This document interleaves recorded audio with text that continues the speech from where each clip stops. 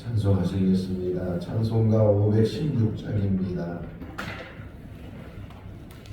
찬송가 516장. 옳은 길 따르라 그의 길, 세계 만민의 참된 길, 이 길 따라서 살길,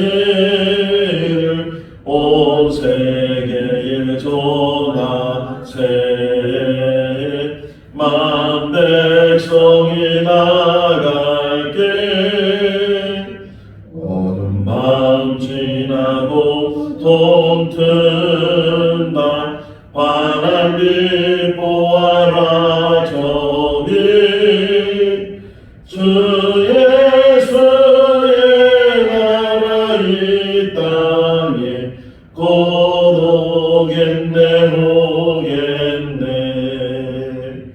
주 예수 따르라 승리의 주, 세계 만민이 나갈 길과 진리요 참 생명, 내 장봉을 부수고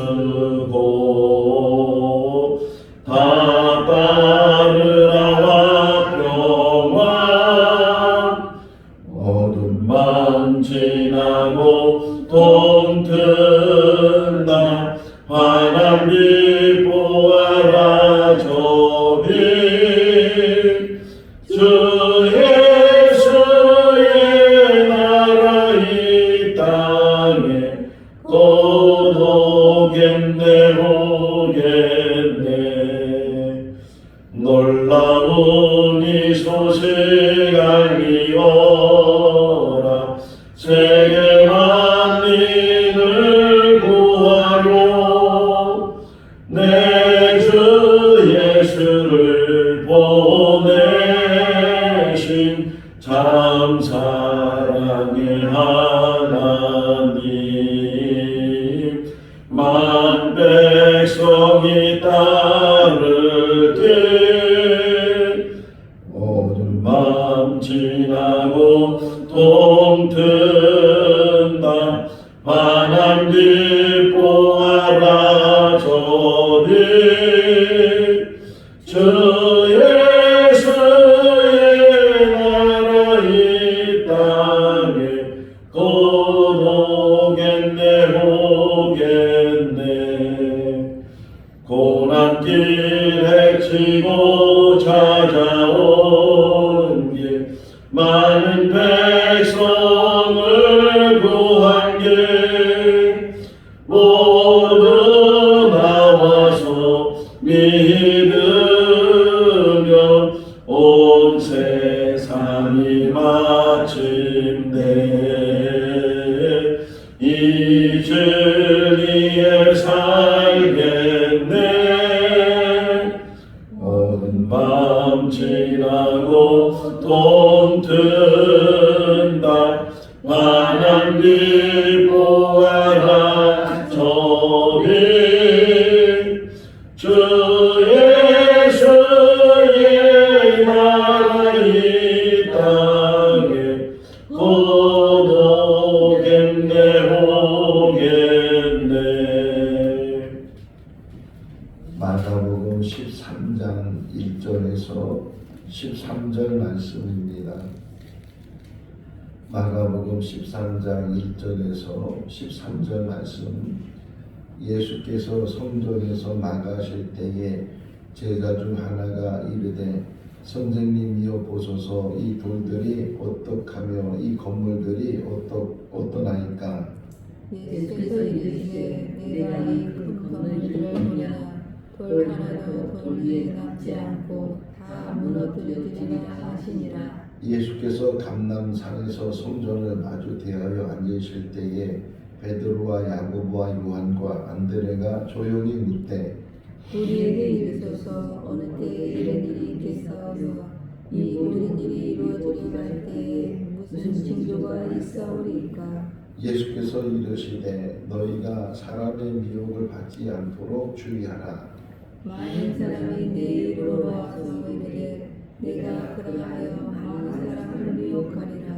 난리와 난리의 소문을 들을 때에 두려워하지 말라. 이런 일이 있어야 하되 아직 끝은 아니니라. 민족이 민족을 나라가 나라를 대적하여 일어나겠고 곳곳에 지진이 있으며 기근이 있으리니 이는 재날의 시작이니라. 너희는 스스로 조심하라. 사람들이 너희를 공회에 넘겨주겠고 너희를 회당에서 매질하겠으며 나로 말미암아 너희가 권력자들과 임금들 앞에 서리니 이는 그들에게 증거가 되려 함이라. 또 복음이 먼저 만국에 전파되어야 할 것이니라. 사람들이 너희를 끌어다가 넘겨줄 때에 무슨 말을 할까 미리 염려하지 말고 무엇이든지 그때에 너희에게 주시는 그 말을 하라. 말하는 이는 너희가 아니요 성령이시니라. 형제가 형제를 아버지가 자식을 죽는 데에 내주며 자식들이 부모를 대적하여 죽게 하리라. 같이요. 또 너희가 내 이름으로 말미암아 모든 사람에게 미움받을 것이나 끝까지 견디는 자는 구원을 받으리라. 아멘. 할렐루야. 우리나라에 있었던 마지막 전쟁이 흔히 말하는 유교 전쟁이라고 말하는데 이 유교가 그때의 주일이었어요. 흔히 말하는 일요일 날 전쟁이 일어나서 남한에 있는 사람들은 전혀 전쟁이 일어날 것을 알지 못하고 또 군 부대에서도 휴가를 많이 보냈다는 거예요. 그러니까 군인들이 휴가를 갔다는 것은 전혀 전쟁의 기미를 알지 못했기 때문에 휴가도 가고 이렇게 평상시처럼 아무 어떤 일이 일어나지 않을 것처럼 우리가 알고 있다가 갑작스럽게 포탄이 날라오고 심지어는 북한군들이 이 38선을 넘어서 내려오고 하는 그런 전쟁이 일어났을 때 아무 대비도 없이 전쟁을 맞이하다 보니까 뭐 싸우지도 못하고 계속 후퇴해서 결국은 낙동강 밑에까지 내려갔다는 거 아니에요? 부산 그 어근까지 이 북한군들이 내려와서 그러다가 다시 이제 좀 재정비를 하고 또 인천 상륙작전이라는 그런 작전을 감행하면서 이제 다시 위쪽으로 올라가는 그런 전쟁이 우리나라에 있었는데 벌써 꽤 오래 지났죠. 지금 젊은 청년들이나 아이들한테 물어보면 거기에 대해서 전혀 알지도 못하고 또 생각하지도 않고 근데 저 우리들 어렸을 때는 뭐 학교에서 포스터도 쓰고 또 그림도 그리고 잊지 말자 6.25 뭐 그런 포스터 안에서 늘 그것을 경각심을 갖고 상기하고 그러면서 다시는 이 땅에 전쟁이 일어나지 않아야 된다. 그런 생각들을 가지고 우리가 살았는데 지금은 전혀 지금 북한은 계속 핵을 개발하고 있고 북한이 가지고 있고 자랑하는 것은 무기거든요. 사람이 가지고 있으면 그 가지고 있는 것을 언젠가는 사용하게 될 텐데 그걸 어디다 사용하겠어요? 특별히 김정은이 우리나라에 대해서 이제 더 적대적으로 이제 이야기를 하고 뭐 심지어는 뭐 서울을 폭격하는 뭐 그림, 형상 뭐 이런 것들도 가끔 우리에게 보여주고 하면서 우리는 잘 못 느끼는데 저 바깥에 살고 있는 사람들은 혹 이 한국에 전쟁이 일어날 수도 있겠다. 그런 생각들을 하고 있는 사람이 많이 있다는 게. 근데 우린 전혀 그런 걸 느끼지 못하고 그냥 오늘도 살아가고 있는데 물론 전쟁이 일어나지 말아야 되겠죠. 전쟁이 일어나면 안 되고 전쟁이 일어나고 이제는 뭐 남한도 북한도 살아남을 사람도 없고 다 망하는 거니까 절대로 이 한반도에 전쟁이 일어나지 않아야 되는데 혹이나 저 북한에 있는 지도자들이 잘못 생각하거나 오판을 하게 되면 그냥 또 생각지도 않은 때에 그런 전쟁이 일어나지 않겠는가. 지금도 러시아하고 우크라이나가 전쟁하고 있는데 2년이 넘었거든요. 2년이 넘는 동안에 계속 전쟁을 하는데 약하니까 지금 전쟁하고 있는 지역을 보면 다 우크라이나 땅이에요.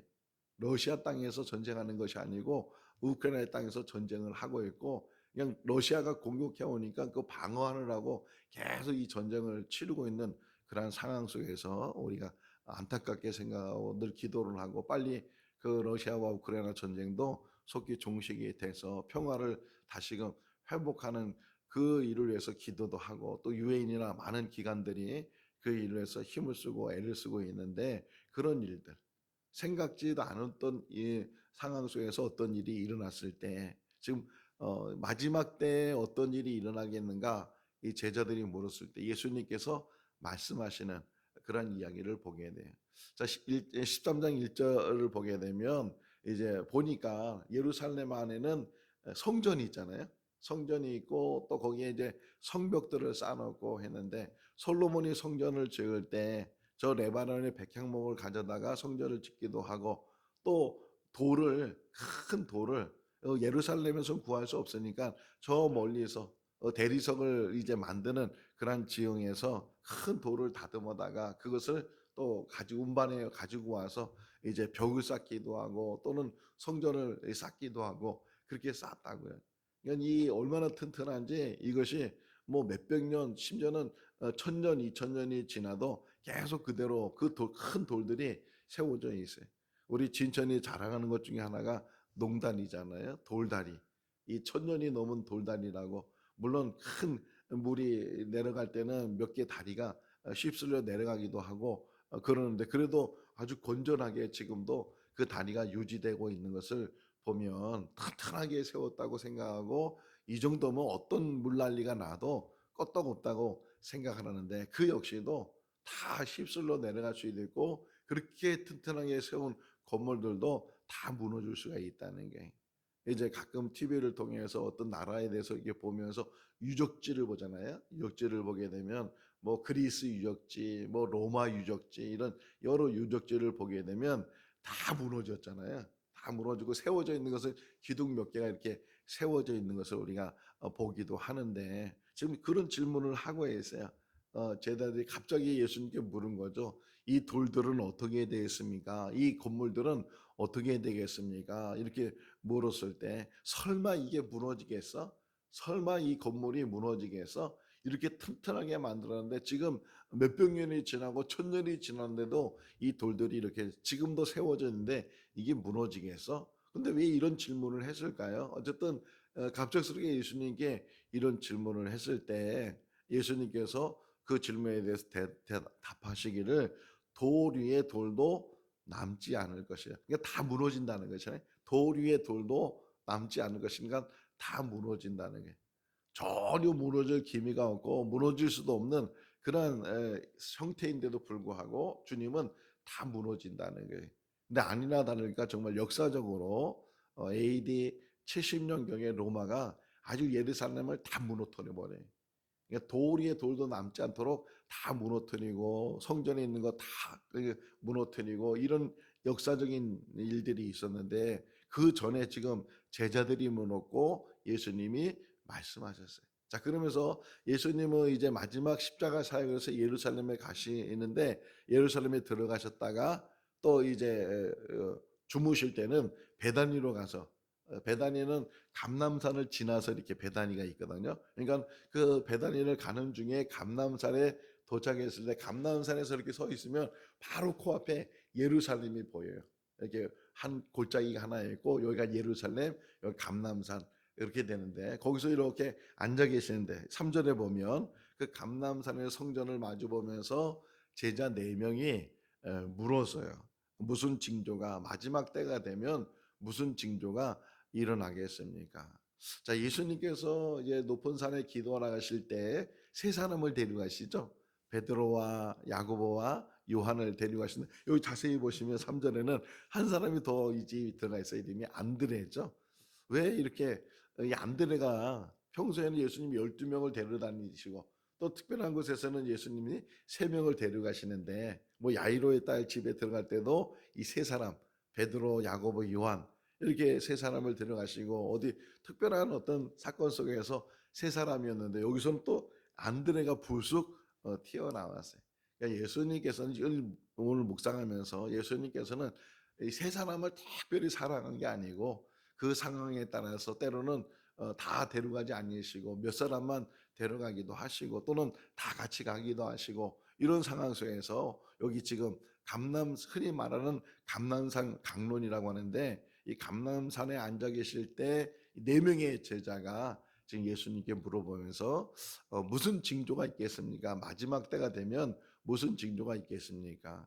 저 어렸을 때도 이렇게 신앙생활하면서 어른들이 하는 말 중에 지금도 기억나는 게 하나가 뭐냐면 마지막 때라는 거. 40년, 50년 전에도 늘 들었던 이야기가 마지막 때라는 거. 지금도 우리가 흔히 마지막 때 지금 우리가 살고 있다고 하는데 그 마지막 때에 일어나는 일들에 대해서 지금 물었어요. 근데 그 마지막 때에 일어나는 일들을 예수님이 설명해서 첫 번째 말하는 게 뭐냐? 적그리스도들이 많이 나타날 것이다. 자기가 구원자라고 자기가 예수라고 자기를 통해서 구원받을 수 있다고 하는 사람들을 그래서 미혹한다 그러잖아요. 마태복음에서 더 구체적으로 설명하고 있는데 그 적그리스도들이 나타나서 능력을 행한다는 게, 그러니까 사탄도 능력을 행하잖아요. 능력이 있는 것이고 이런 능력을 행해 가지고서 사람들이 미혹당해요. 미혹이란 말이 두 번씩이나 나와요. 5절, 6절에 보게 되면 그래서 많은 사람들이 미혹을 당해서 거기에 빠지게 된다. 우리가 바른 신앙을 잘 알지 못하면 그 바른 신앙을 모르기 때문에 유사한 것들에 빠지게 되고, 요즘은 얼마나 위조들이 많아요. 얼마나 가짜들이 많아요. 심지어는 가짜가 진짜보다 더 진짜처럼 보여지는 것들을 우리가 보게 되는데, 지금도 마찬가지. 지금도 우리 주변에 이단들이 얼마나 많아요. 이단들이 뭐 다른 얘기하는 게 아니고 성경 갖고 얘기한다니까요. 성경 갖고 똑같은데, 제가 몽골에 있을 때 우리 몽골인들이 하는 말 중에 하나가 한국 선교사님들 와서 이단에 대한 얘기하고 막 그러는데, 몽골 사람이 볼 때는 이단이건 삼단이건 아무 상관이 없고 오히려 이단이라고 말하는 그런 교회는 더 뭘 잘 줘요. 더 뭘 잘 주고 뭐 혜택을 많이 주고 막 그러니까 오히려 거기에 더 막 사람들이 가게 되고, 그러면서 똑같은 교회인데 뭐 교회랑 다 똑같지 뭐 이런 생각으로 막 빠지게 되는 그런 일들을 보게 되면서 지금도 마찬가지잖아요. '아 왜 이단에 가지?' 이렇게 우리는 흔히 생각하는데, 지금 이단에 간 사람들은요. '야 정말 여기에 진리가 있다고. 여기 기쁨이 있다고. 여기 오니까 정말 하나님의 말씀을 밝게 알 수 있다고. 얼마나 말씀을 잘 해석해 주는지, 얼마나 말씀이 또 여기 오니까 얼마나 사랑이 많은지 막 형제라 그러고 자매라 그러고 막 와서 그냥 정말 여기 같은 천국 같은 그런 곳이라고 막 그러면서 빠져들어가거든요. 한 번 들어가면 나오지도 못하고 나오려고 그러면 얼마나 많은 방해와 박해가 있는지 그런 것들.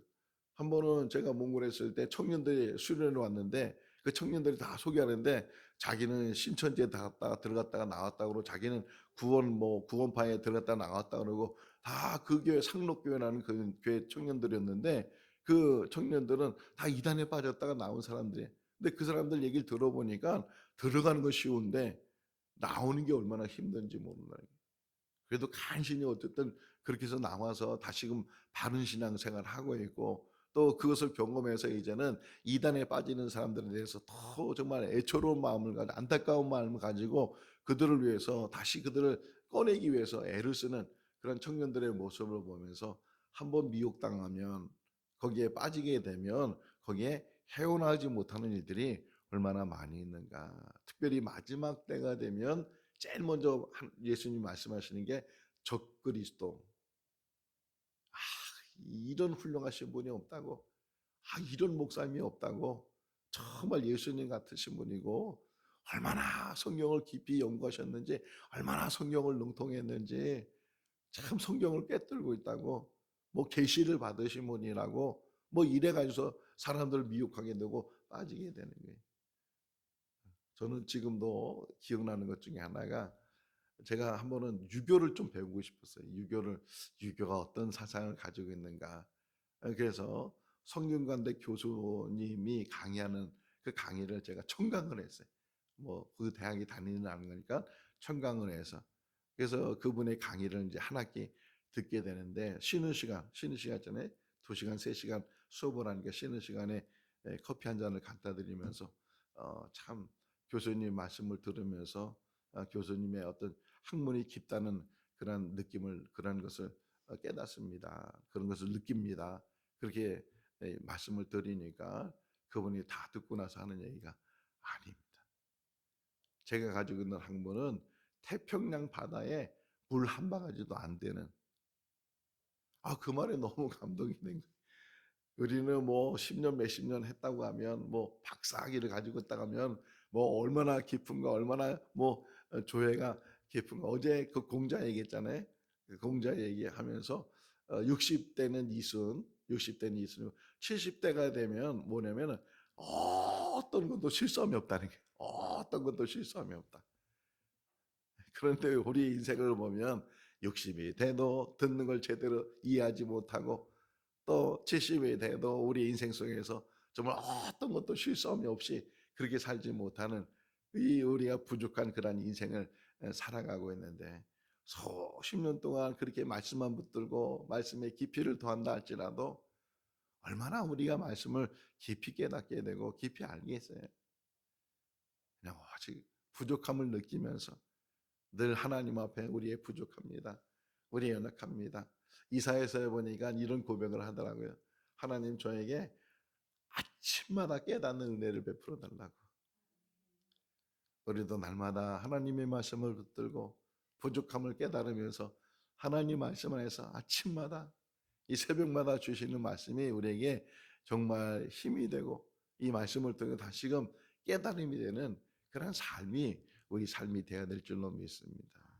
어디를 간다고 누구를 만난다고 뭐 물론 하나님의 말씀을 잘 이렇게 전해주는 분이 계셔요. 그리고 어디를 가서 더 많은 은혜를 받을 수 있어요. 근데 중요한 것은 내가 지금 머물고 있는 이 교회 안에서 내가 신앙생활하는 이 하나님의 말씀을 붙드는 그 삶 안에서 주님을 만나고 하나님을 잘 섬기는 그런 삶이 우리 삶이 돼야 될 줄로 믿습니다. 자, 마지막 때가 되면 또 재난이 일어나게 되는데 민족과 민족이 나라와 나라가 이제 싸움도 하게 되고 이런 일들이 일어나. 나라와 나라가 싸우는 일들은 지금 많이 있잖아요. 근데 또 민족과 민족이 싸우는 일도 많아요. 나라 안에 우리 옛날에 많이 얘기했던 게 뭐냐면 우리나라는 한민족이라고 그러니까 하나의 민족이라고 이걸 이제 강조했는데 지금은 그런 말 전혀 안 하잖아요. 다문화 가정들이 많고 그러니까 이제는 여러 민족들이 같이 섞여서 살게 되는데 대부분의 나라들은 다 그런 여러 민족들 제일 많은 민족이 있는 나라가 미국이에요. 그래서 연방 국가이기도 하고 미국은 다민족 국가이기도 한데 그런 것처럼 한 나라 안에서도 여러 민족들이 여러 부족들이 아프리카 같은 경우는 지금도 한 나라가 여러 부족들이 이제 이뤄서 그러다 보니까 계속 전쟁이 있어요. 내전이라고 그래요. 내전. 나라와 나라가 싸우는 것뿐만 아니라 이제는 나라 안에서도 같은 나라 국민들이 서로 민족끼리 싸움이 이루어지게 되고 이런 일들이 지금 아프리카 지역에서 또 다른 여러 지역에서 그런 일들이 일어나는 것을 보면서 지금 때가 마지막 때가 가까워지고 있고 근데 여기서는 그것이 끝이 아니고 재난의 시작이 되는 거다 이렇게 우리에게 이야기를 해주고 있잖아요. 더불어서 자연적인 재해도 일어나게 된다. 지진이 있게 되고 기근이 있게 되고 늘 들려지는 게 그런 이야기잖아요. 전쟁의 이야기, 기근의 이야기, 지진의 이야기. 뭐 어디 일본 어디에 지진이 일어났다. 중국 어디에 또 어디에 지진이 일어났다. 대만에도 요번에 큰 지진이 일어나서 사상자도 생기고 많은 건물들이 무너지고 이런 우리나라도 안전지대가 아니라 그러잖아요. 저 울산이나 이런 포항 지역에는 계속 거기도 3도 정도의 지진이 일어나게 되고 거기뿐만 아니라 어디든지 우리나라 안에서도 지진이 일어날 수 있는데 이 모든 것들이 갑작스럽게 일어나잖아요. 갑작스럽게 일어나게 되고 또는 현상들을 보여주면서 우리가 그런 지금의 우리가 살고 있는 때가 마지막 때구나 하는 것을 알게 되는데 또 하나는 그다음에 이제 9절 이하의 말씀을 뭐라고 써요? 9절 한번 읽어볼까요? 너희는 스스로 조심하라. 사람들이 너희를 해당해서 매질하여 나로 말미암아 너희가 권력자들과 임금들 앞에 서리니 이는 그들에게 증거가 되려 함이라. 그러니까 마지막 때가 될 때 뭐라 스스로 조심하라. 스스로 조심해라. 신앙을 잃어버리게 하는 일들이 우리 삶 가운데 일어나게 된다. 심지어는 박해를 당하게 되고 이 권력자들이 우리를 끌고 가게 되고 이런 일들이 일어나게 된다. 한 3년 전에 제가 서울에 모임이 세미나가 있어서 3, 4년 전에 갔는데 그 어느 목사님이 뭐 정말 이름만 되면 아는 목사님이 특강을 하게 돼서 그 특강을 듣는데 그분이 하는 말 중에서 우리가 기도해야 될 것 중에 하나가 어떻게 어떤 일이 일어날지 모르는데 그런데 우리나라에서도 기독교인들이 핍박받는 일이 일어날 것입니다. 이 말이 전혀 이해가 되지 않잖아요. 우리는 자유대한민국이고 신앙의 자유가 있고 종교의 자유가 있고 우리는 기독교인의 삶을 얼마든지 살아갈 수 있는데 아니 저 말이 어떤 말일까? 혹 이렇게 생각할 수 있잖아요. 지금 21세기고 얼마든지 기독교인들이 다 들고 일어나면 우리가 나라도 세울 판인데 그런데 박해가 있고 핍박이 있게 된다니 이게 무슨 말인가? 지금 미국을 보세요. 미국은 지금 많은 교회들이 무너져 가고 있어요. 그 중에 하나가 동성애 문제. 지금 교회가 이 동성애를 받아들이면서 미국이 혼란하게 되고 뭐 교단별로 차이가 있지만 이런 부분들이 지금 우리 한국에서 이 얼마나 국회라는 게 뭐예요? 입법기관이에요. 법을 만드는 기관이 이 동성애 차별금지법이라는 이게 말은 참 좋잖아요. 차별하지 마라. 소수로 차별하지 마라. 얼마나 좋은 말이에요. 또 그래서는 안 되고. 근데 이 안에는 독소 조항이 얼마나 많이 있는지 몰라요. 그 중에 하나가 동성애를 허락해주고 동성애에 대해서 관여하지도 말고 불법이라고 말하지도 말고 막 그런 것들이 그 안에 막 들어가 있거든요. 근데 성경적으로 우리가 보면 레위기를 봐도 여자와 여자끼리 결혼하지 말고 남자와 남자끼리 성관계를 갖지 말고 그런 것들을 계속 하나님은 말씀하고 있는데 그것이 만약에 합법화되게 되고 그래서 동성애자들이 교회에 와가지고서 목사님 줄에 서달라고 내가 못한다 그러면 이것도 이게 뭐예요? 법을 어기게 되고 위법하게 되고 그런 일들이 앞으로 얼마든지 일어날 수 있는 상황이니까 지금 스스로 조심해라 지금 기독교인들이 이 마지막 때가 되면 우리는 뭐 자유대한민국에 살고 있다고 자유대한민국이 아니라 그 이상이 되더라도 이 기독교 신앙을 지키는데 어려울 때가 오게 되고 이 환란이 오게 21세기 과학 문명 시대 이거 아무 상관이 없다는 거예요. 더 치밀하게 사단이 마지막 발악을 하게 된다면 그래서 맨 마지막 13절 말씀을 보게 되면 끝까지 견디는 자가 구원을 받는다. 끝까지 견디는 자가. 조금만 환란이 오고 조금만 어려움이 오면 그렇게 좋았던 신앙들을 다 잃어버릴 때가 있다니까요. 마태복음 13장을 보세요. 씨 뿌리는 자의 비유. 어떤 사람이 씨를 뿌리는데 하나는 길가에 떨어지고 돌짝밭에 떨어지고 가시덤불에 떨어지고 또는 좋은 땅에 떨어지기도 하고. 근데 그 돌짝밭이나 가시덤불이 뭐예요? 다 그거잖아요.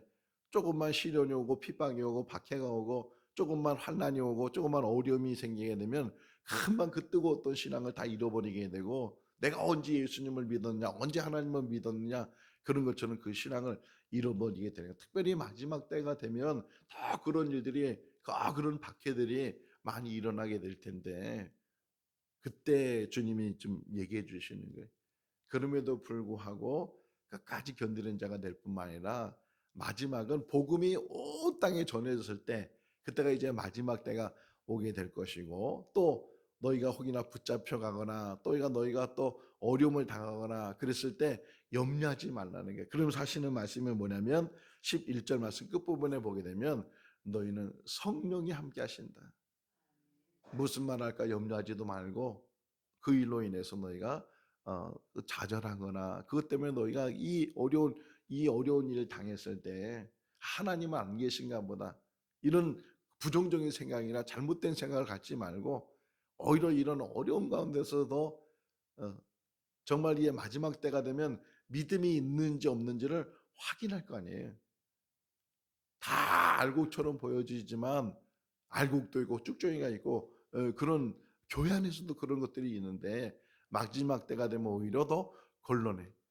어렸을 때 우리 외할머니 집에 가니까 깨인가 뭔가 이렇게 해가지고 그 키로 털더라고 키즈 이렇게 한번 터니까 바람에 껍데기가 씩씩 날라 몇 번 이렇게 하니까 고기 안에 정말 콩만 남고 뭐 깨만 남고 그런 걸 보면서 이게 털어버리는구나 날려버리는 다 하나님이 다 이게 마지막 뭐예요? 13절 한번 다시 읽어볼까요? 또 너희가 내 이름으로 말미암아 모든 사람에게 미움을 받을 것이나 끝까지 견디는 자는 구원을 받으리라.